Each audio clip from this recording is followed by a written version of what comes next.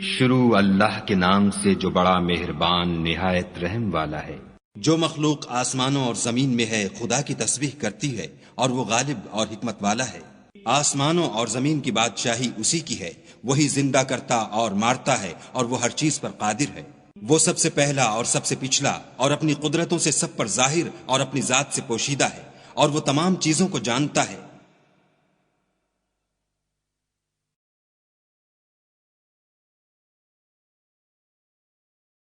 ذات سے پوشیدہ ہے اور وہ تمام چیزوں کو جانتا ہے۔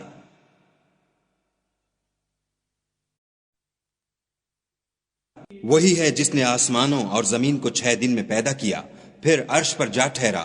جو چیز زمین میں داخل ہوتی اور جو اس سے نکلتی ہے اور جو آسمان سے اترتی اور جو اس کی طرف چڑھتی ہے، سب اس کو معلوم ہے۔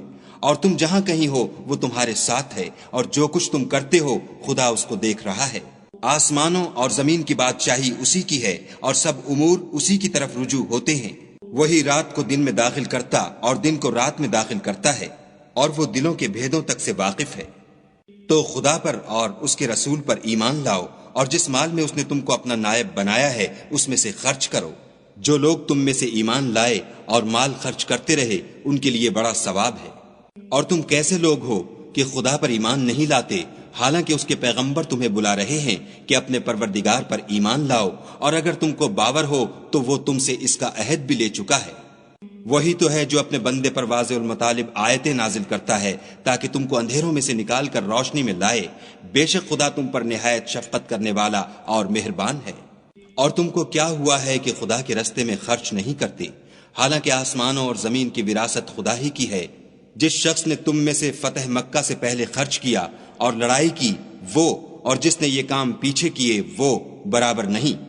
ان کا درجہ ان لوگوں سے کہیں بڑھ کر ہے جنہوں نے بعد میں خرچ اموال اور کفار سے جہاد و قتال کیا، اور خدا نے سب سے ثواب نیک کا وعدہ تو کیا ہے، اور جو کام تم کرتے ہو خدا ان سے واقف ہے۔ کون ہے جو خدا کو نیت نیک اور خلوص سے قرض دے تو وہ اس کو اس سے دگنا ادا کرے، اور اس کے لیے عزت کا صلہ یعنی جنت ہے۔ جس دن تم مومن مردوں اور مومن عورتوں کو دیکھو گے کہ ان کے ایمان کا نور ان کے آگے آگے اور داہنی طرف چل رہا ہے، تو ان سے کہا جائے گا کہ تم کو بشارت ہو کہ آج تمہارے لیے باغ ہیں جن کے تلے نہریں بہ رہی ہیں، ان میں ہمیشہ رہو گے، یہی بڑی کامیابی ہے۔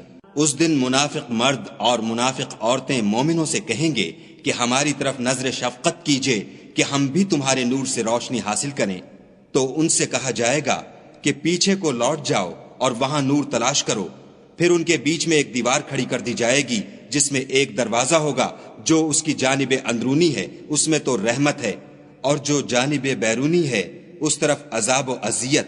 تو منافق لوگ مومنوں سے کہیں گے کہ کیا ہم دنیا میں تمہارے ساتھ نہ تھے؟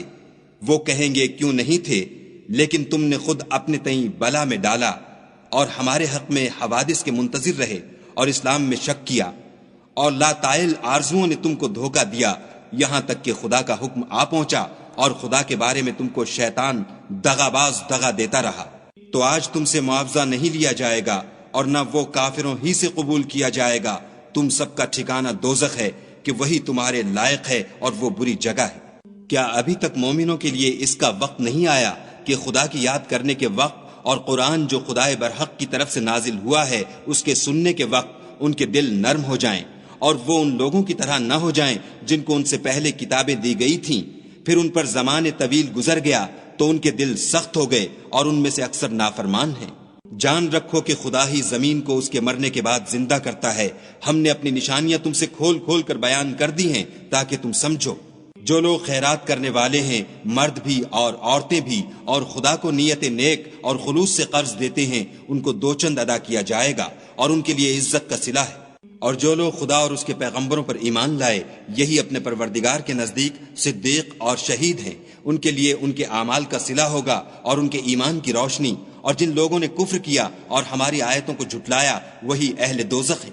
جان رکھو کہ دنیا کی زندگی محض کھیل اور تماشا اور زینت و آرائش اور تمہارے آپس میں فخر و ستائش اور مال و اولاد کی ایک دوسرے سے زیادہ طلب و خواہش ہے۔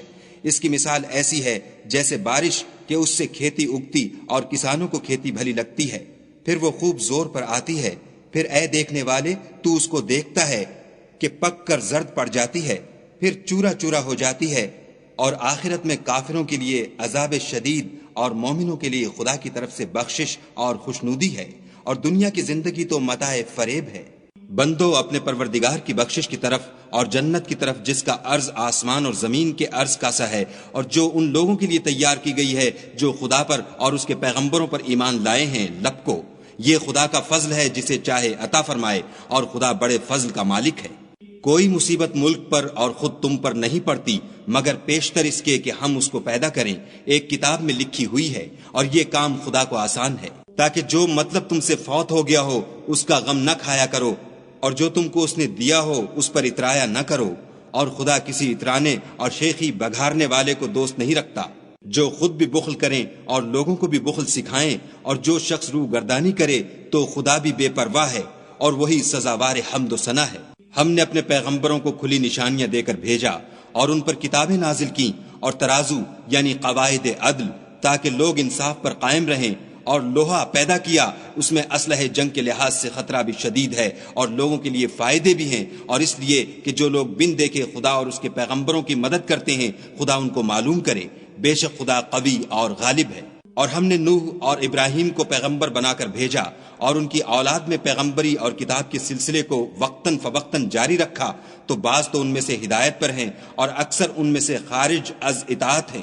پھر ان کے پیچھے انہی کے قدموں پر اور پیغمبر بھیجے، اور ان کے پیچھے مریم کے بیٹے عیسیٰ کو بھیجا، اور ان کو انجیل عنایت کی، اور جن لوگوں نے ان کی پیروی کی ان کے دلوں میں شفقت اور مہربانی ڈال دی اور لذات سے کنارہ کشی کی، تو انہوں نے خود ایک نئی بات نکال لی۔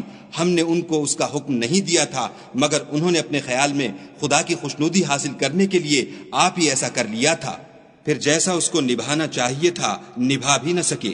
پس جو لوگ ان میں سے ایمان لائے ان کو ہم نے ان کا اجر دیا، اور ان میں بہت سے نافرمان ہیں۔ مومنو، خدا سے ڈرو اور اس کے پیغمبر پر ایمان لاؤ، وہ تمہیں اپنی رحمت سے دگنا اجر عطا فرمائے گا، اور تمہارے لیے روشنی کر دے گا جس میں چلو گے، اور تم کو بخش دے گا، اور خدا بخشنے والا مہربان ہے۔